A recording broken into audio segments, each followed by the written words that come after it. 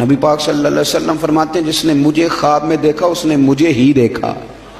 شیطان خواب میں بھی آ کے میری مثل ہونے کا دعویٰ نہیں کر سکتا. وہ جو ایک ذوق ہے حضور کی زیارت کا، ہمارے تو ایسے صوفیاء گزرے جو فرماتے ہیں کہ لمحے کے لیے اگر نبی پاک ہم سے جدا ہو جائیں تو ہم اپنے آپ کو مومن ہی تسلیم نہیں کرتے.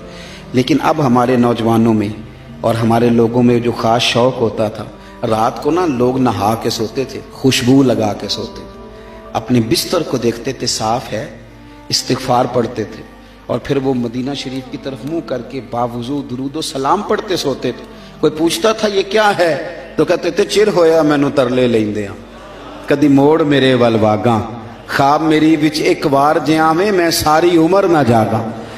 نبی پاک صلی اللہ تعالی علیہ وسلم کی غلاموں کا یہ شوق، یہ درد، یہ ذوق، یہ تقاضا کرتا ہے محبت کا کہ محبوب سے ملنے کو دل چاہے، شوق پیدا ہو.